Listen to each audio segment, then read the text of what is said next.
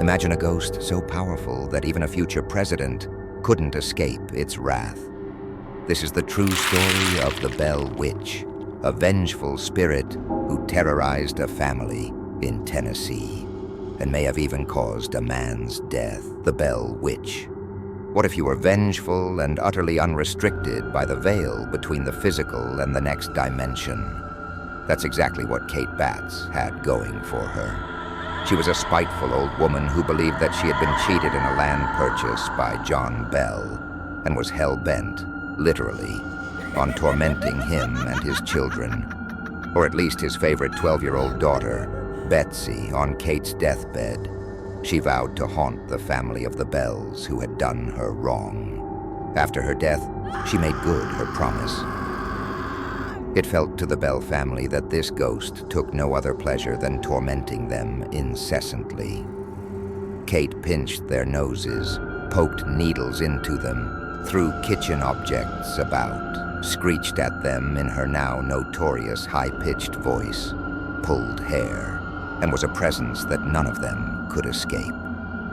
Kate's wrath was particularly directly at John and his favorite daughter, Betsy. With the wife and other children, she was sometimes heard crooning softly, saying something pleasant, or just ignoring them completely. John and Betsy were not so fortunate. Kate enjoyed mentally and physically torturing them with her shrieking voice or physically punishing antics. Bell Witch gossip moved as quickly then as it does now, and this was a much talked about event in the small farming town of Adams, Tennessee. People were deeply fascinated by the rumors, and some even came from hundreds of miles away to visit the place of unrest. Some spectators were greeted with handshakes, some with shrieks, and some with a full dialogue of warning. So popular did the story become that General Andrew Jackson, the future President of the United States, gathered a few friends to investigate the story himself. He and his cohorts wanted to either debunk or repel the feisty spirit of Kate Batts.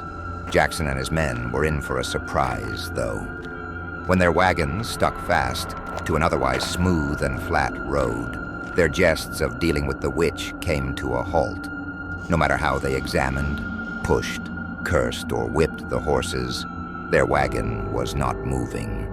It was said that Jackson, in a fit of frustration and resignation, declared, "By the eternal boys, it is the witch." Much to the amazement of Jackson and his men, the legendary screech could be heard from a nearby bush that replied, "All right, General, let the wagon move on. I will see you again tonight."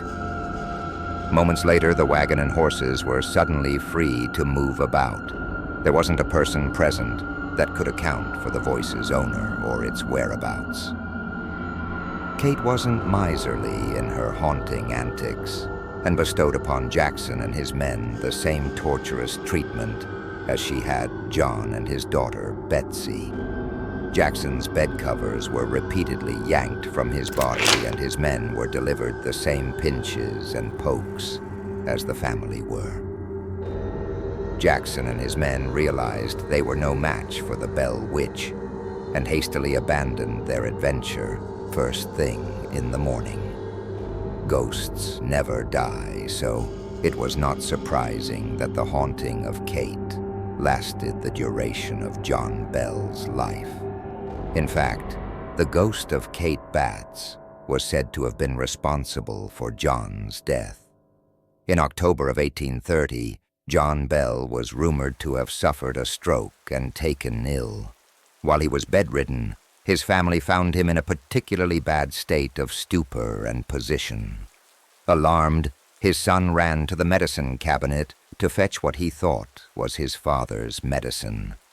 After administering it, the family heard the witch's glee as she victoriously declared she had poisoned John herself the night before. With that vial and this last dose was surely his undoing. True enough, it was. The contents were later examined by a doctor and found to be very poisonous. Kate was not satisfied with death alone. She sang in merriment at John's graveside and was still heard singing happily as the last person hastily left.